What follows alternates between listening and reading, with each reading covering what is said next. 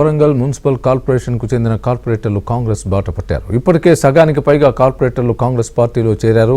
మిగిలిన వారు కూడా రేపో మాపో అన్నట్టుగా ఉన్నారు. వరంగల్ కార్పొరేషన్తో పాటు పలు మున్సిపాలిటీల్లోనూ కౌన్సిలర్లు కాంగ్రెస్ తీర్థం పుచ్చుకోనున్నారు.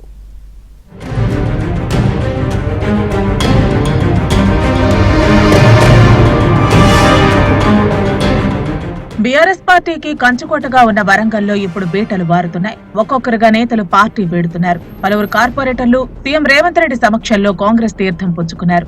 మరికొంతమంది కార్పొరేటర్లు సైతం అదే దారిలో ఉన్నట్టు తెలుస్తోంది. దీంతో బీఆర్ఎస్ పార్టీకి వరంగల్లో బిగ్ షాక్ గా చెప్పొచ్చు. గ్రేటర్ వరంగల్లో మొత్తం 66 మంది కార్పొరేటర్లు ఉన్నారు. గత ఎన్నికల్లో బీఆర్ఎస్ 53, బీజేపీ 9, కాంగ్రెస్ 4 స్థానాల్లో విజయం సాధించారు. దీంతో మేయర్, డిప్యూటీ మేయర్ కూడా బీఆర్ఎస్ పార్టీనే కైవసం చేసుకుంది. 2 సంవత్సరాలు 7 నెలలుగా కార్పొరేషన్ లో బీఆర్ఎస్ పాలనే కొనసాగుతోంది. మేయర్ గా గుండు సుధారాణి ప్రాతినిధ్యం వహిస్తున్నారు. అయితే అసెంబ్లీ ఎన్నికలు జరిగాక వరంగల్ నగరంలో ఒక్కసారిగా రాజకీయ సమీకరణాలు మారుతున్నాయి.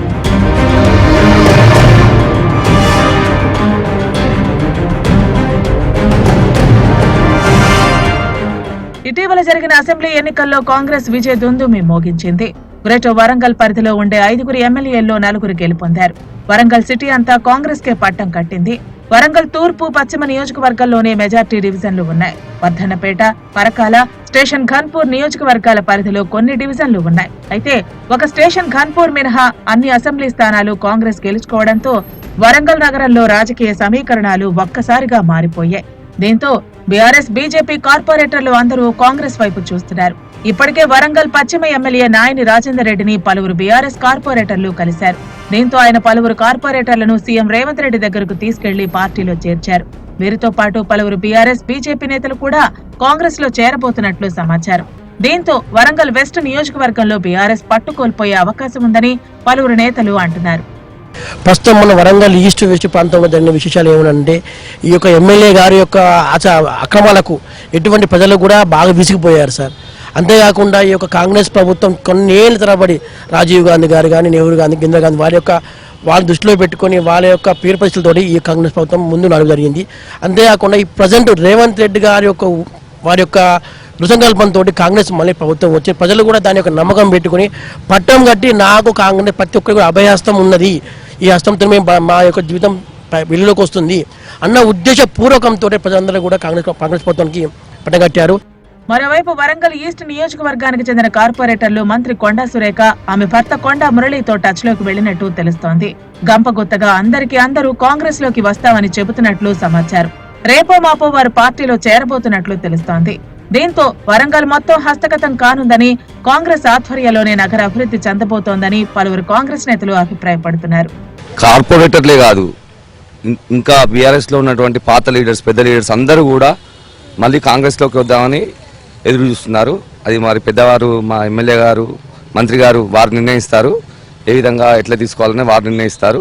మళ్ళీ ఇంకొకటి ఏంటంటే, ఇప్పటికి కూడా ఈ బీఆర్ఎస్ ప్రభుత్వం ఖజానా ఖాళీ ఉన్నది, ఈ పథకాలన్నీ ఎట్లా చేస్తారు, ఏం చేస్తారంటే, ఇది బీఆర్ఎస్ ప్రభుత్వం చేసినటువంటి, బీఆర్ఎస్ ప్రభుత్వంలో వాళ్ళు తిన్నటువంటి ఆస్తులు, వాళ్ళు దోచుకున్నటువంటి అన్ని బయటికి తీసి ఖజానాను ఎట్లా దింపాలనో మన రేవంత్ రెడ్డి గారికి తెలుసు. ఖచ్చితంగా ఈ 6 పథకాలు ఖచ్చితంగా అమల్లోకి వస్తాయి. పేద ప్రజలకు న్యాయం జరుగుతుందని ఆశిస్తున్నాం.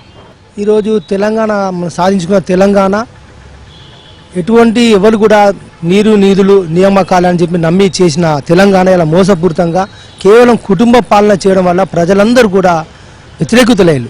తెలంగాణ వస్తే బతుకులు మారుతాయి అని చెప్పి ఎన్నో విధాలుగా ఉద్యమకారులం కానీ ఎటువంటి వాళ్ళు అందరం కూడా కష్టపడ్డాం. అటువంటి వాళ్ళకి ఏ విధంగా న్యాయం జరగలేదు. ఒక పెన్షన్లు పెట్టి అది కూడా ఒక 3-4 సంవత్సరాల నుంచి కార్పొరేషన్ చూడండి, మనకి శాంక్షన్ అయ్యి 3 ఏళ్ళ నుంచి 4 ఏళ్ళ ఇంతవరకు పెన్షన్ లేదు, శాంక్షన్ అయ్యి ఉండేది. ఇవన్నీ మోసపూరిత పరిపాలన, ఇవన్నీ ప్రజలందరూ గమనించిళ్ళు. అయితే కార్పొరేటర్లు అందరూ కాంగ్రెస్ పార్టీలోకి వస్తే ప్రస్తుత మేయర్ గుండు సుధారాణిపై అవిశ్వాసం తీర్మానానికి నోటీసులు ఇచ్చే అవకాశం ఉందని భావిస్తున్నారు. మేయర్ గా ఎన్నికైన తర్వాత 3 ఏళ్ల వరకు అవిశ్వాసం పెట్టవద్దన్న నిబంధనలు ఉన్నాయి. దీంతో ఇప్పటికే వరంగల్ మేయర్ గా గుండు సుధారాణి 2 ఏళ్ల 7 నెలల కాలం పూర్తి చేసుకున్నారు. మరో 5 నెలల్లోనే వరంగల్ మేయర్ పై అవిశ్వాసం పెట్టే అవకాశం ఉందని కాంగ్రెస్ నేతలు అంటున్నారు. ఈ నేపథ్యంలో కాంగ్రెస్ నుంచి మేయర్ గా గుండేటి నరేందర్, కొండా సుష్మితా పటేల్ పేర్లు తెరపైకి వచ్చాయి. ఒకవేళ అవిశ్వాసం పెడితే వీరిద్దరిలో ఒకరు మేయర్ అయ్యే అవకాశం ఉందని కాంగ్రెస్ వర్గాలు చెబుతున్నాయి.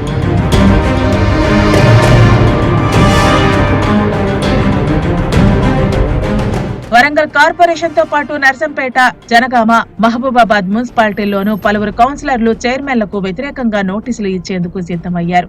ఇప్పటికే నర్సంపేట, జనగామ మున్సిపాలిటీల్లో నోటీసులు ఇచ్చారు. ఈ 3 మున్సిపాలిటీలు కూడా త్వరలో హస్తగతం కానున్నట్టు తెలుస్తోంది.